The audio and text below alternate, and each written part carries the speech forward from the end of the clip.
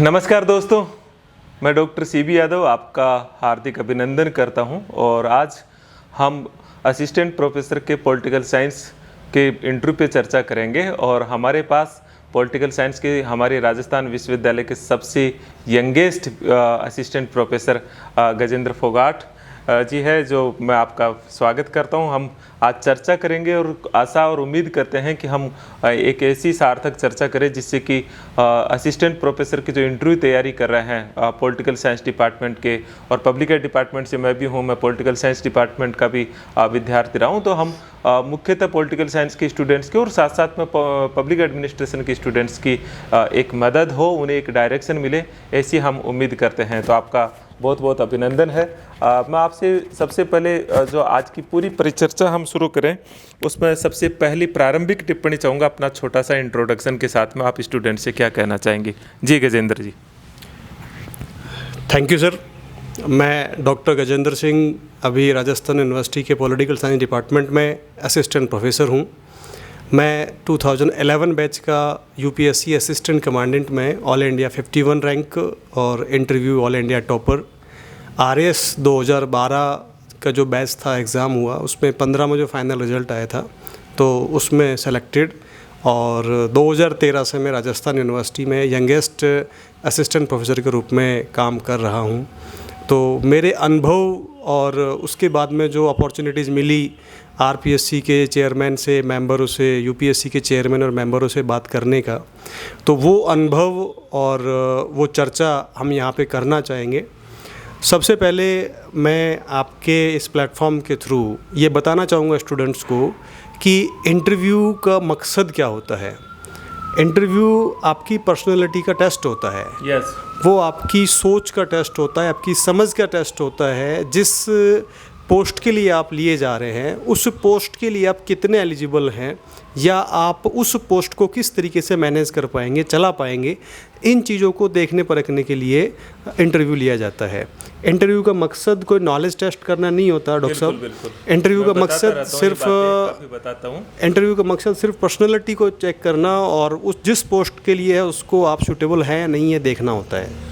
मैं और भी जानकारी दे दूँ, ये यंगेस्ट प्रोफेसर हम क्यों कहते हैं। 238 असिस्टेंट प्रोफेसर का चयन हुआ था 2013 की यूनिवर्सिटी ऑफ राजस्थान के रिक्रूटमेंट में, और यूनिवर्सिटी ऑफ राजस्थान की इस हिस्ट्री में ये पहला डायरेक्ट रिक्रूटमेंट था। उससे पहले जो भी रिक्रूटमेंट थे वो अलग अलग प्रोसीजर से हुए थे। ये मेरिट बेसिस रिक्रूटमेंट था और उसमें सबसे कम एज का जो हमारा चयनित साथी हम कहते हैं हम इन्हें, तो हम आपसे, चूंकि जैसे मेरे पास इंटरव्यू की एक बड़ी सीरीज है एक्सपीरियंस की, लेकिन उसमें असफलताएं बहुत है, लेकिन आपका वो है कि आप फर्स्ट ही चांस में एक यूनिवर्सिटी का आप इंटरव्यू देते हो उस एज में जब आप 22-23 साल के हो, और उसी साल पहले ही चांस के भीतर उसको क्रैक करते हो।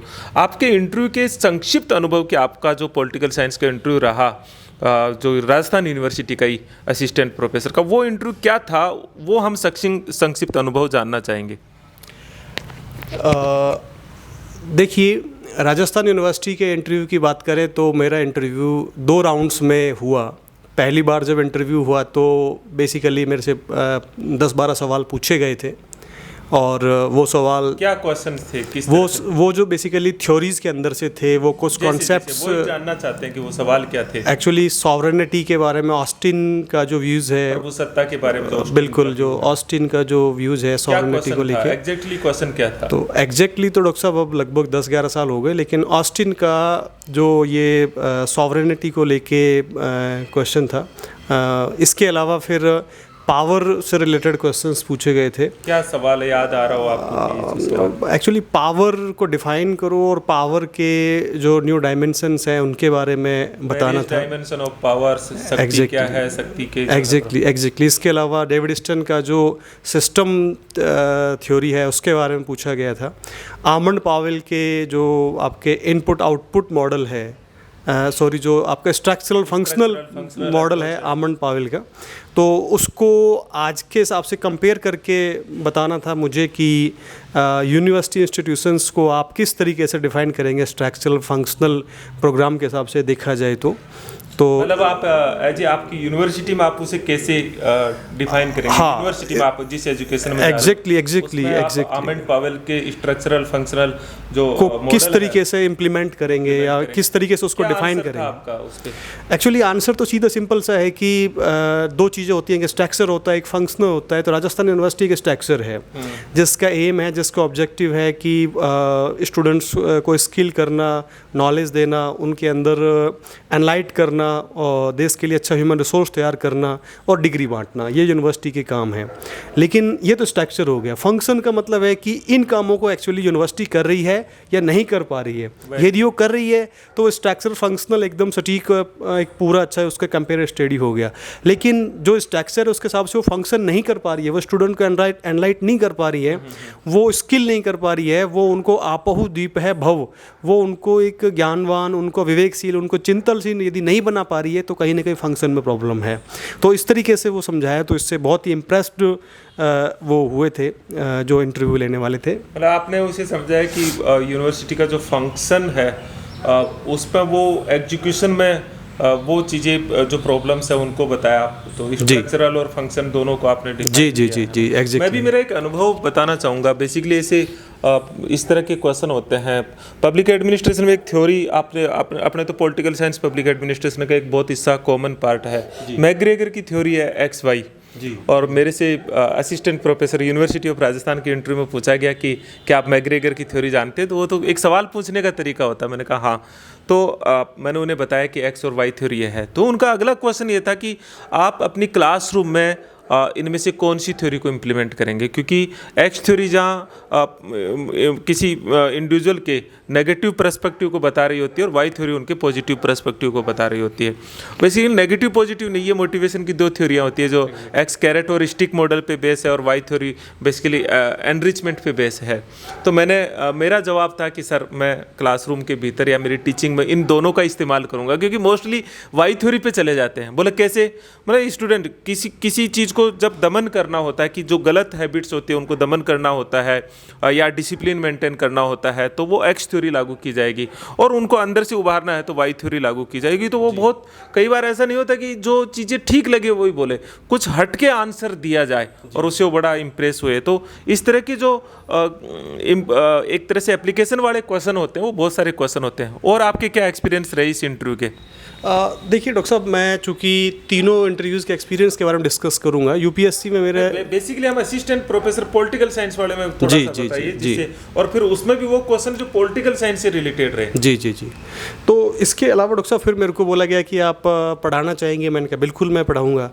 तो बोला आप क्या तैयार करके आए? बोला सर वैसे तो आप कहेंगे मैं वो पढ़ा दूंगा, लेकिन मैं ये टॉपिक तैयार करके लेके आया हूँ। मेरा वो पार्लियामेंट्री सिस्टम पे था। अच्छा। जो टॉपिक था वो संसदात्मक व्यवस्था। जी, संसदीय प्रणाली पे मेरा वो टॉपिक था। तो मैंने पढ़ाने शुरू किया। बोले कि यार आप दूसरा पढ़ाओ, कोई दूसरा भी तैयार है क्या? ये भी एक स्थितियाँ आती है। अच्छा, एग्जैक्टली। तो ये हम कई बार बच्चों से बताते रहते हैं ये बात गजेंद्र जी की आप टॉपिक तैयार करके जाओ और हो सकता है बीच में आपको टेस्ट करने के लिए दूसरा दिया जाए। जी। और इन परिस्थितियों के लिए तैयार होना चाहिए। और मैं स्टूडेंट्स को बताता भी हूँ ये बात कि कम से कम 4 या 5 टॉपिक आप तैयार करके जाइए, पता नहीं किस जगह क्या रह जाए। तो ये आपका मतलब। तो इसके बाद में फिर मेरे से बोला कि दूसरा टॉपिक पढ़ाइए, तो मैं प्लेटो के बारे में पढ़ाने लग गया। अच्छा। प्लेटो का जो आदर्श राज्य है, आइडियल स्टेट, उसके बारे में मैं पढ़ाने लगा। तो आइडियल स्टेट मैंने पढ़ाया। तो आपने जो पहले वाला पढ़ाया था उसको मिटाया? क्या किया? पूरा मिटाया उसको और दोबारा से शुरू फिर उसके बाद दोबारा से शुरू किया प्लेटो का। फिर एक इंटरव्यू मेंबर थे, तो उन्होंने पूछा मेरे से, वाइस चांसलर थे शायद अपने देव स्वरूप जी थे। हाँ। तो उन्होंने पूछा अच्छा एक बात बताइए आपका फेवरेट थिंकर कौन है? तो मैंने कहा मैकियावेली। तो 8 लोग थे यूनिवर्सिटी के इंटरव्यू बोर्ड में। 8 लोग देख के वैसे ही बड़े सरप्राइज्ड हो गए। मतलब तो उनको उम्मीद नहीं थी कोई मैकियावेली को अपना फेवरेट थिंकर बता सकता है। कि शायद वो सोच रहे थे कि या तो कोई प्लेटो, अरस्तु या कौटिल्य या हॉब्स, लॉक, रूसो, मार्क्स तक बता सकते हैं, बट कोई मैकियावेली के बारे में बताए तो सभी सरप्राइज हो गए। बोले ऐसा कैसे, मतलब आप मैकियावेली को किस तरीके से पसंद करते हैं? तो जो मैंने लॉजिक दिया वो ये दिया कि मैकियावेली जो ह्यूमन बीइंग के बारे में कहता है वो वास्तविकता है। दूसरी बात है कि स्टेट को उसी हिसाब से हैंडल करना चाहिए ह्यूमन बीइंग को, ये भी वास्तविकता है। जिस तरीके की फॉरेन पॉलिसी को अपनाने की मैकियावेली कहता है, आज लगभग सारे देश उसी को अपनाते हैं। दूसरी बात है कि सॉवरेनिटी का मॉडर्न पॉलिटिकल साइंस को एक तरीके से इन्वेंट करने का काम भी मैकियावेली का ही था। तो उसने द प्रिंस में जिस तरीके से स्टेट के बारे में बताया है, आज के स्टेट इनडायरेक्टली उसी तरीके का बिहेव करते हैं। हालांकि उनका एक आदर्श फेस दूसरा हो सकता है, लेकिन प्रैक्टिकली वही होता है उनका बिहेव जो कि मैकियावेली ने द प्रिंस में बताया है। तो ये मैंने एक्सप्लेन किया तो उनको काफ़ी अच्छा लगा। इसके बाद में डॉक्टर साहब हमारी इंटरनेशनल पॉलिटिक्स पे बात हुई, काफ़ी देर तक चर्चा हुई। उस समय चाइना एक एमर्ज कर रहा था एक बढ़ती हुई इकोनॉमी के रूप में, और यूरोप के मार्केट के अंदर एक स्लो डाउन था, एक काफ़ी रिसेशन था, इकोनॉमिक रिसेशन था। तो इस पे 2008 वाला रिसेशन का बड़ा पीरियड था उस समय, जो पूरा मंदी ये दुनिया के भीतर 2013 की बात थी। तो इस समय यूरोप में वो रिसेशन जो था उस समय का वो सीन था बेसिकली। तो उसके बारे में काफ़ी सारी बातें हुई, चर्चा हुई। फिर पंचायती राज पे बातचीत हुई। अच्छा। तो उस समय आरपीएससी के चेयरमैन से जस्ट रिटायर ही हुए थे प्रोफेसर बीएम शर्मा जी। उनका तो बेसिकली जिला सरकार मॉडल भी बहुत फेमस मॉडल है। जी। तो उन्होंने मेरे से पूछा एक बड़ा ही, मतलब शायद वो सभी से पूछ रहे थे उसके बारे में, जहाँ मुझे बाद में पता लगा इस चीज़ के बारे में, वो सभी से पूछ रहे थे। तो उन्होंने पूछा कि कोई पंचायती राज का एक नया मॉडल था, एग्जैक्टली कि वो पंचायती राज का इस मॉडल को किस स्टेट ने अपनाया है। तो बेसिकली मध्य प्रदेश ने अपनाया था। एग्जैक्टली वो मध्य प्रदेश ने अपनाया था, जिला सरकार मॉडल। मेरे से ये सवाल हुआ था तब मुझे लगा आइडिया क्यों। ये मैं थोड़ा सा आपको थोड़ा सा बीच में रोक करके दे रहा हूँ कि जनरली कभी कभी किसी एक जो एक्सपर्ट होता है उसका अपना एक फील्ड होता है जिसपे वो काम, और वो जानना चाहता है मेरे वाला जानता है कि नहीं जानता ये, है ना। तो वो मेरे से भी ये सवाल पूछा था बीएम शर्मा जी ने, क्या आप जिला सरकार मॉडल जानते हो। सहयोग से चूंकि वो थोड़ा अच्छा पढ़ा हुआ था और मैंने बताया कि मध्य प्रदेश सरकार में इसको इम्प्लीमेंट भी किया था। सर किसने दिया, तो अब ये तो कैसे बताए कि आपको हम जानते हैं, बीएम शर्मा जी को जानते हैं। मैंने कहा सर एक राजस्थान यूनिवर्सिटी के प्रोफेसर रहे हैं बीएम शर्मा जी, उन्होंने ये मॉडल दिया है और हमें लगा कि वो मध्य प्रदेश सरकार के साथ बहुत अच्छा काम किया है। उसके भीतर तीसरे स्तर की जो सरकार है वो इस तरह से मैंने उसको पार्लियामेंट की तरह और पूरा डिफाइन किया, तो अब खुश हो गए। तो ये भी एक आप देखना। और एक और मैं एग्जाम्पल बताता हूँ कि मेरा आरएस का एक इंटरव्यू था, उसमें के प्रोफेसर KL कमल, मैं जानता भी नहीं था, लेकिन वो एक्सपर्ट थे और उनका रिजर्वेशन पे सवाल था। और बेसिकली वो रिजर्वेशन के अगेंस्ट उनके कई आर्टिकल आते थे और मैंने पढ़ नहीं रखा था। और मेरे शायद सबसे लोवेस्ट मार्क्स रहे आरएस में, जितनी बार दिया उसमें वही आरएस था जिसमें मेरे 65 मार्क्स थे, क्योंकि मैं सोशल जस्टिस और उसको बहुत डिफाइन कर रहा था। लेकिन हाँ 120 का होता था पहले, 120 का पहले जो आरएस का जो था 120, आजकल 100 का होता है। तो ये एक मैं कई बार देखता हूँ कि हमें एक्सपर्ट्स के बारे में भी पता हो, और अगर ये पता हो कि ये एक्सपर्ट इस फील्ड का एक्सपर्ट है तो उसके बारे में जानकारी होनी चाहिए। फिर आगे क्या जिला सरकार के बारे में आप बीएम शर्मा जी ने पूछा था, क्या जवाब? तो बीएम शर्मा जी ने मेरे से पूछा कि ये मॉडल किस स्टेट ने अपनाया है, तो मैंने कहा सर मध्य प्रदेश ने अपनाया है। तो वो हंसने लगे, मुस्कुराने लगे। तो वो कुछ पूछते उससे पहले वाइस चांसलर ने पूछना शुरू कर दिया। अच्छा। तो वाइस चांसलर ने अब की बार इंटरनेशनल पॉलिटिक्स में से सवाल पूछे, उन्होंने कोल्ड वार से रिलेटेड क्वेश्चंस पूछे। तो एग्जैक्टली डेफिनेशन पूछी कि व्हाट इज़ कोल्ड वार। तो मैंने कोल्ड वार उनको अच्छी तरीके से डिफ़ाइन किया।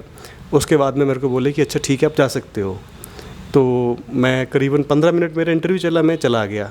तो जब मैं वापस जाके रूम में अपने डॉक्यूमेंट्स कलेक्ट कर रहा था तो दोबारा मेरे पास में गार्ड आया। अच्छा। तो बोले कि गजेंद्र सिंह कौन है? मैंने कहा मैं हूँ। तो आपको दोबारा बुलाया गया है। अच्छा, दोबारा बुला लिया? दोबारा बुलाया गया मेरे को। तो मैं बड़ा सरप्राइज़ हुआ और बड़ा नर्वस भी हुआ कि यार मुझे ही दोबारा क्यों बुलाया है। तो मैं अंदर गया। अंदर जाते ही वाइस चांसलर बड़े सीरियस स्वभाव में बोले कि mister Gajendra, your interview is good but we want that you give some answers in English. या तो मैंने कहा सर श्योर। तो उन्होंने मेरे से इंग्लिश में करीबन 3-4 सवाल पूछे। तो मैंने जितनी इंग्लिश मेरे को आती थी, क्योंकि ग्रामीण बैकग्राउंड की वजह से मेरा इंग्लिश कंपेरेटिवली वीक था, पढ़ लेते हैं, लिख लेते हैं, लेकिन बोलने में कॉन्फिडेंट नहीं होता। इंटरव्यू में तो जब विशेषकर दोबारा बुलाएं तो थोड़ा सा वैसे ही नर्वस हो जाते हैं। तो उन्होंने मेरे से करीबन 3-4 सवाल और पूछे, ओवरऑल 6-7 क्वेश्चंस पूछ लिए। तो मैं सीधा बोला कि sir due to my rural background I am not good in English, please ask me in Hindi and IGP and IR। मतलब मेरा ये कहना था कि सर मेरी इंग्लिश इतनी अच्छी नहीं है, आप मेरे से थ्योरी एंड थॉट की बजाय इंटरनेशनल पॉलिटिक्स और गवर्नमेंट एंड पॉलिटिक्स में से पूछिए। तो वाइस चांसलर हंसने लगे। अच्छा। वो बोले कि कोई प्रॉब्लम नहीं है, हम आपसे हिंदी में पूछेंगे बट थ्योरी एंड थॉट से पूछेंगे। अच्छा। तो मैंने कहा सर श्योर वेलकम। तो उन्होंने फिर करीबन 3-4 क्वेश्चन पूछे, 4 क्वेश्चन पूछे, 2 के आंसर मुझे नहीं आए डॉक्टर साहब। अच्छा। लेकिन उसके बाद जब रिजल्ट आया तो मैं सेकंड टॉपर था यहाँ का। अच्छा, मैं एक चीज़ ज़रूर आपकी बात से जो क्योंकि ये सेम स्थिति मेरे भी यूनिवर्सिटी में भी क्रिएट हुई थी और एक बार UPSC के इंटरव्यू में भी सेम स्थिति क्रिएट हुई थी।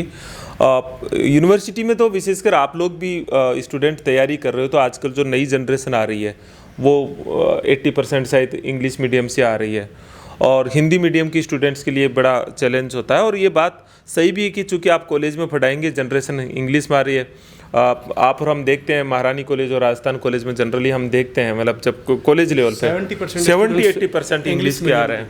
और कोई भी इंस्टीट्यूशन ये चाहेगा, यही कॉलेजों का स्थिति है। और ये स्थिति जैसे मैं भी इंटरव्यू में जाऊँ या और कोई भी, तो ये ज़रूर जानना चाहेगा क्योंकि जस्टिस भी यही है।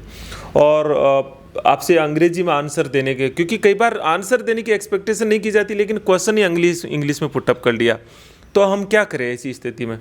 तो सब्जेक्ट की अंग्रेजी इतनी हार्ड नहीं होती है।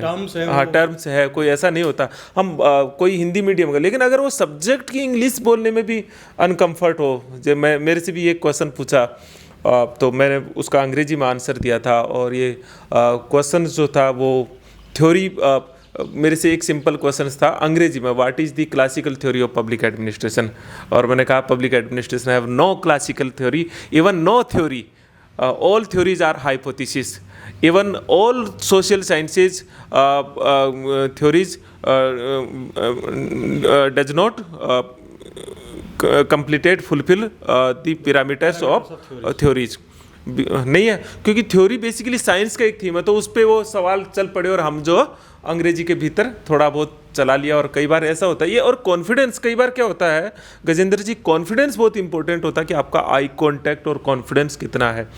और दूसरी चीज़ आपकी बात से ये भी निकल के आई कि पूछते पूछते आपका कोई एरिया अगर टफ हो गया तो आप एरिया दे सकते हो कि मुझे इस सेगमेंट से आप क्वेश्चन पूछे, क्योंकि स्टूडेंट कई बार इस मौके को खो देते हैं, वो फंस जाते हैं उसमें। अगर आप किसी जटिल एरिया में फंस गए तो आप एरिया दे दीजिए कि काश मुझे थ्योरी के इस पार्ट से अगर आप क्वेश्चन पूछे, तो इंटरव्यूअर उसी जगह से क्वेश्चन पूछता है जहाँ से आपका बहुत स्ट्रॉन्ग पार्ट होता है। सही हूँ मैं? जी बिल्कुल ऐसा ही होता है। दरअसल 80% केसेस में इस तरीके की आता है कि वो आपसे पूछते हैं कि आप क्या पढ़ के आए हो, तो जो आप पढ़ के आए हो वो उसी से पूछते हैं। क्योंकि कई सारी चीज़ें हैं जिसका मैं नेक्स्ट वीडियो में जिक्र करूंगा। इंटरव्यू के लिए 5 बेसिक रिक्वायरमेंट होती हैं, वो हम नेक्स्ट वीडियो में हम डिस्कस करेंगे। इसके साथ हम आज की चर्चा को भी ख़त्म करेंगे कि एक स्टूडेंट क्या खास बातों का ध्यान रखे इंटरव्यू की तैयारी करते समय, और पॉलिटिकल साइंस के कौन से एरियाज को वो तैयार करे।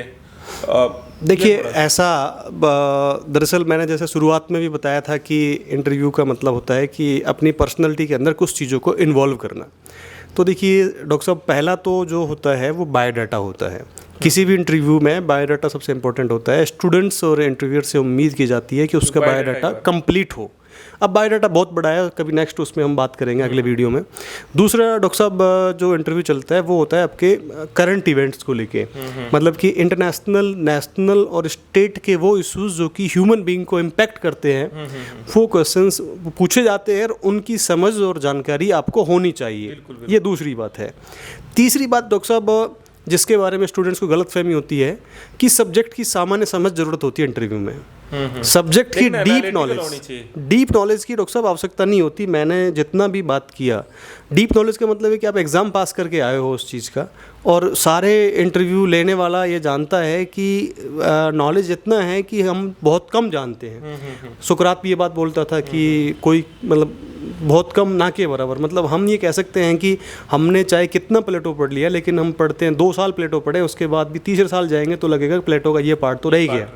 तो इस तरीके से क्या होता है कि जानने की जो है नॉलेज को हम बहुत कम कर पाते हैं। तो बेसिकली सामान्य समझ ज़रूरी है सब्जेक्ट की, कि जैसे मान लो सॉवरेनिटी है, सॉवरेनिटी क्या है ये पता होना चाहिए, इसका समझ होनी चाहिए। तो इसमें लेकिन ऑस्टिन ने क्या थ्योरी दी, उसको किसने क्रिटिक्स किया, वो आपको नहीं भी पता इंटरव्यू में तो चल जाएगा। लेकिन एक्चुअली ये सॉवरेनिटी संप्रभुता है क्या, ये पता होना चाहिए। मतलब सब्जेक्ट की सामान्य समझ डॉक्टर साहब होनी चाहिए। चौथी चीज़ जिस पे इंटरव्यू चलता है डॉक्टर साहब, वो है आपका कम्युनिकेशन एंड प्रेजेंटेशन। कम्युनिकेशन और प्रेजेंटेशन में दो चीज़ें होती हैं, एक लाउड और एक फ्रिक्वेंसी। तो इनके जिक्र भी अपन नेक्स्ट वीडियो में करेंगे। तो लाउड एंड फ्रिक्वेंसी ये बहुत मायने रखती है। और पांचवी चीज़ जिसका हम पहले बार बार जिक्र कर रहे थे वो कॉन्फिडेंस है। कॉन्फिडेंस है। पांचवी चीज़ कॉन्फिडेंस आती है। ये पांच चीज़ यदि आपने अपनी पर्सनैलिटी के अंदर इन्वॉल्व कर लिया तो मैं ये दावा करता हूँ कि आपको पॉलिटिकल साइंस के असिस्टेंट प्रोफेसर के इंटरव्यू में 24 में से 18 से 20-22 नंबर मिल जाएंगे, यदि ये पांच चीज़ें आप अपनी पर्सनैलिटी के अंदर इन्वॉल्व कर लेते हैं या फिर आप इनको अपने अंदर थोड़ा सा पॉजिटिवली गेन कर लेते हैं। तो थोड़ा सा मतलब फिर भी स्टूडेंट मैंने देखा है कि सारी बातों के बाद भी किताबों का मोह तो छूटता नहीं है उनका।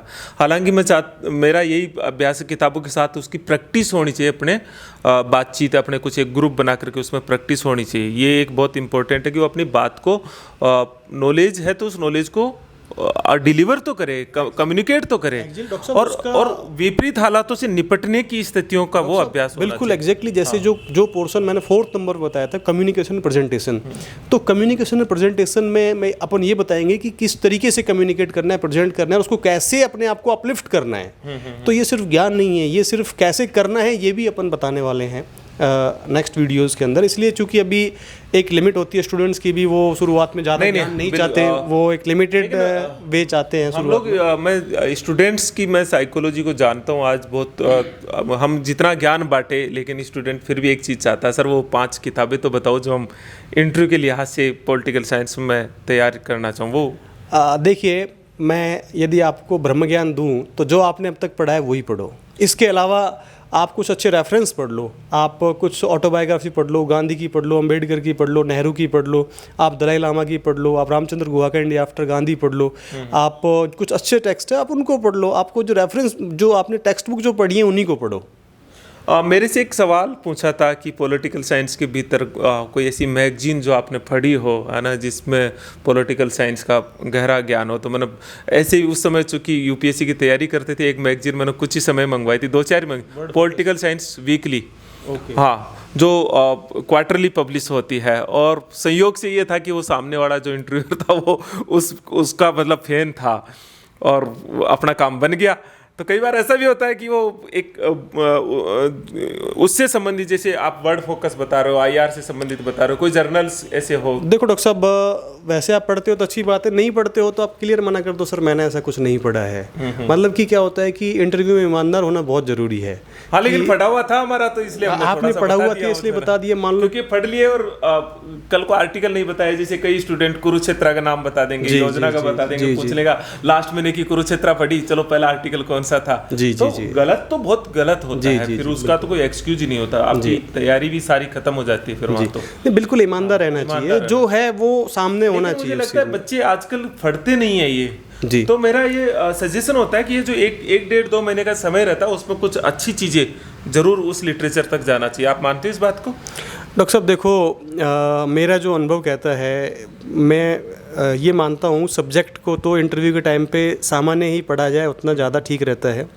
अदर रेफरेंसेस को ठीक ठाक पढ़ना चाहिए। मेरे से इवन पूछा था इसमें यूनिवर्सिटी असिस्टेंट प्रोफेसर के इंटरव्यू में पूछा था कि आप और क्या पढ़ के आए हो। और क्या, ये बहुत एग्जैक्टली डॉक्टर साहब मेरे से पूछा और क्या पढ़ के आए, और उस संयोग से मुझे उन दिनों वैसे पढ़ने का शौक है। मैं उन दिनों रामचंद्र गुहा का इंडिया आफ्टर गांधी पढ़ रहा था। तो इंडिया आफ्टर गांधी जब मैंने पढ़ा तो करीबन मेरे से 3-4 मिनट तक इंडिया आफ्टर गांधी के बारे में चर्चा हुई कि क्या उसका कंटेंट क्या है, उसमें बेसिकली जो नॉर्थ ईस्ट की प्रॉब्लम है उसके बारे में क्या जिक्र किया गया है। इसके अलावा जब विभाजन के समय क्या त्रासदी के बारे में रामचंद्र गुहा क्या बताते हैं, और उसके अलावा डॉक्टर साहब इमरजेंसी के बारे में काफ़ी कुछ जो था तो उसमें क्या है, तो 3-4 मिनट तक उसके बारे में चर्चा हुआ। ऐसे ही जब मैं आरएस का इंटरव्यू दे रहा था तो मेरे से पूछा कि और क्या पढ़ते हो, तो उस समय मैं दलाई लामा का फ्रीडम इन एग्जाइल जो बुक है, काफ़ी फेमस बुक रही है दलाई लामा की फ्रीडम इन एग्जाइल, तो वो मैं पढ़ता था। अब ये बहुत प्रभावित कर देती है जी, तो उसके बारे में काफ़ी चर्चा हुई। तो मेरा ये अनुभव, व्यक्तिगत अनुभव हो सकता है ऐसा डॉक्टर साहब, कि मैं जो इंटरव्यू के टाइम पे सब्जेक्ट की सामान्य ही मैं पढ़ाई करता हूँ, या टेक्स्ट बुक जो पहले थी वही देखता हूँ, उसके अलावा कुछ नया नहीं देखता। लेकिन अदर रेफरेंसेस जो कि अच्छे हों, विशेषकर ऑटोबायोग्राफी पढ़ना मुझे बेहद पसंद है। नहीं, ऑटोबायोग्राफी वैसे भी एक इस इंटेलेक्चुअल के लिए इस फील्ड में काफ़ी होता है कि उसमें रियल सेंस मिलता है किसी का भी। तो ये सारी, लेकिन फिर भी कोई बहुत सारे स्टूडेंट क्या हो रहा है, मैं आप आज की स्टूडेंट का स्थिति को नहीं समझ रहे हो। मैं इनके ज़्यादा संपर्क में हूँ गजेंद्र, आप भी रहते हो, लेकिन ये मार्केट से एक वो लेके आएंगे क्लास नोट्स, और क्लास नोट्स की जीरोक्स निकलवा के लाते हैं और फिर उनके रट्टा लगाते हैं। बुक का और इनका संपर्क, जो टेक्स्ट बुक और इनका संपर्क ही खत्म हो गया। तो उसमें कम से कम एक टेक्स्ट बुक का इंट्रोडक्टरी पार्ट, क्योंकि ये अगर स्थिति एक साक्षात्कार करता, क्योंकि उनके पास 70 साल के 4 लोग बैठे, 3 लोग बैठे, उनसे आप बच तो सकते नहीं। तो ये स्थिति सबसे खतरनाक होती है कि आपने फैक्चुअल चीज़ें रट करके एक जगह कलेक्शन ऑफ मैटर रट करके आप यहाँ तो पहुँच गए, लेकिन आपको टेक्स्ट बुक नहीं पता, उसका पब्लिकेशन नहीं पता, उसका कलर नहीं पता, उसका मतलब ये बहुत सीरियस स्थिति है। तो बुक के बारे में एक इंट्रोडक्टरी पार्ट, कोई 2-4 बुक, मैं बस लास्ट क्वेश्चन इसी के साथ अपनी बातचीत को ख़त्म करूँगा, वो क्या हो सकती है जो आप थोड़ा ऐसे स्टूडेंट को गाइड करो जिन्होंने सच में बहुत अच्छी टेक्स्ट बुक नहीं पढ़ी है लेकिन उनका अच्छा स्कोर बन रहा है। देखिए डॉक्टर साहब, वैसे आपने जब पूछा टेक्स्ट बुक के बारे में, तो मुझे लगता है कि जो इंटरव्यू तक पहुंचा है, ऑफ कोर्स वो बुक पढ़ के आया होगा। यदि वो नई बुक पढ़ के आया है तो भैया फिर तो आपको सब्जेक्ट से जुड़ी हुई जो टेक्स्ट बुक है वो एक बार पढ़ लेनी चाहिए, क्योंकि वो तो बहुत ही बेसिक से बहुत ज़्यादा ज़रूरी है। जो मैं आपको बता रहा हूँ, आज के बच्चों की आज की ये सच्चाई है, इसलिए हमको उसके अकॉर्डिंग हम उनको क्या हेल्प कर सकते हैं। देखो डॉक्टर साहब, मैं ये मानता हूँ कि शायद 100 में से 98 बच्चे वो होते हैं जो टेक्स्ट बुक पढ़ के सक्सेस लेते हैं। हाँ, वो रिवीजन के लिए किसी के नोट्स पढ़ सकते हैं, लेकिन नोट्स से आप सब्जेक्ट की समझ जो है, एनालिटिकल जो आपकी नॉलेज है, वो नोट्स से नहीं हो सकती। आपको उसके लिए टेक्स्ट बुक पढ़नी ही पड़ती हैं बेसिकली इनिशियल में, शुरुआत में। और जैसे कि मैं आमतौर पे ये जो लाइव क्लासेज वगैरह हैं या डिजिटली मैं इतना एक्टिव नहीं होता, लेकिन यूनिवर्सिटी में हूँ तो मैं आपको जान के बताऊँ कि कम से कम 70-80 स्टूडेंट्स हर साल इंटरव्यू के लिए कॉमन ही मैं तैयारी करवाता हूँ। और उसमें टॉपर्स, मतलब अलग अलग सब्जेक्ट के, इवन मैथमेटिक्स के भी टॉपर्स जो हैं वो मतलब कि मेरे से कैसे किस तरीके से इंटरव्यू को तैयार करें, प्रिपेयर करें, डील करें, देखते हैं हम, तो वो सारी चीज़ें बच्चे अपने से बात करते एग्जैक्टली तो वो रहते हैं उसमें। तो डॉक्टर साहब देखो, सक्सेस का जो पैटर्न है वो फिक्स है, वो क्लियर है। तो हम ये नहीं कहना चाहेंगे, हम ये नहीं देना चाहेंगे स्टूडेंट्स को कि आप 100 लोग तैयारी कर रहे हो और मात्र 2 ही सक्सेस हों। मैं ये कहता हूँ कि जो मेरे संपर्क में हैं, मैं ये वायदा करता हूँ कि यदि जो हमारे संपर्क में हैं तो 18 नंबर उनको लाना, उनको इसलिए तैयार करना, ये हमारा एक स्किल है और मैं इसके लिए बच्चों को तैयार करता हूँ। ऐसा कोई स्टूडेंट मेरा नहीं रहा जो इंटरव्यू में फेल हुआ हो। फेल का मतलब है कि यदि 24 नंबर का इंटरव्यू है तो लगभग 18 नंबर के आसपास लाने का, 13 से लेकर 17-18 तक। डॉक्टर साहब, मैं आपको वीडियो के माध्यम से बताना चाहता हूँ, राजस्थान पुलिस SI से लेके UPSC से लेके RAS से लेके और पॉलिटेक्निक कॉलेज से लेके और आपके असिस्टेंट प्रोफेसर से लेके हर जगह जब हम गाइड करते हैं तो पर्टिकुलरली जो स्टूडेंट्स गाइडेंस लेके गए हैं उनका जो इंटरव्यू के मार्क्स है वो बहुत अच्छे, बहुत सॉलिड रहे हैं। मेरे घर पे मिठाइयाँ इतनी आती हैं कि हालांकि मैं तो मिठाई कम खाता हूँ, बट इतनी मिठाई आती हैं डॉक्टर साहब, और बच्चों की दुआएं मिलती हैं। तो उसका एक पैटर्न है, उसको नेक्स्ट वीडियो में आपके साथ शेयर करूँगा। तो निश्चित तौर पे आज हमने चर्चा की और जैसे बताया कि गजेंद्र जी ने बहुत ही बच्चों से फ्रेंडली भी रहते हैं। मेरे साथ ये मेरे बहुत क्लोज साथियों में भी मैं देखता हूँ कि जब हम राजस्थान यूनिवर्सिटी के स्पोर्ट्स ग्राउंड में वहाँ वॉकिंग कर रहे होते हैं, वहाँ भी बहुत सारे बच्चे सुबह और शाम इनसे चर्चाओं के लिए आते हैं। आप भी कभी भी आ सकते हैं, मैं भी वहाँ स्पोर्ट्स ग्राउंड या यूनिवर्सिटी कैंपस में कहीं ना कहीं मिलूंगा। लेकिन हमारा प्रयास है कि हम आपको एक सही डायरेक्शन दें और सबसे बेहतरीन चीज़ होती है कि इस पूरी इंटरेक्शन की प्रक्रिया में एक कम्युनिकेशन भी निखरता है, एक कॉन्फिडेंस भी बिल्डअप होता है। हम और दूसरे किसी वीडियो में और बहुत सारी चीज़ें जिक्र करेंगे। अभी हम चूँकि जैसे मैं बार बार कह रहा हूँ कि हम लोग इंटरव्यू का प्रोग्राम चला रहे हैं और इंटरव्यू के प्रोग्राम में आप एडमिशन लेने के लिए एक ऑनलाइन प्लेटफॉर्म का हमने मैकेनिज्म तैयार किया है। हमारी एक ऐप है CB कैंपस है, C for Kolkata, B for Bombay campus, CB campus. ये गूगल प्ले स्टोर पे जाके आप ये ऐप डाउनलोड कर लो। उसके भीतर असिस्टेंट प्रोफेसर का एक कोर्स है, वो सिर्फ आपको और हमारा एक जुड़ने का माध्यम है। उसके माध्यम से जब आप एडमिशन ले लेंगे तो हमारे यहाँ से कॉल जाएगा। 5 एक्टिविटीज़ हमने इस कोर्स में रखी है, इस पूरी प्रक्रिया में, कि हम क्या मदद कर सकते हैं। एक तो 1 to 1 डॉक्टर साहब हमने उस प्रक्रिया को रखा है कि बच्चे से बैठ के जितना भी उसका प्रोफाइल है उसकी डिस्कशन करें, उसकी पर्सनल प्रॉब्लम क्या है। 40-45 मिनट का एक 1 to 1 सेशन। फिर उसके बाद में जो बोर्ड टीचिंग है, ये बहुत महत्वपूर्ण है। तो बोर्ड टीचिंग को हम ग्रुप उसमें लेंगे और उसमें हर बच्चे का एक बोर्ड टीचिंग और उस पर एक डिस्कशन, और उसमें क्या पॉइंट्स उसकी वीक पॉइंट है उनको, या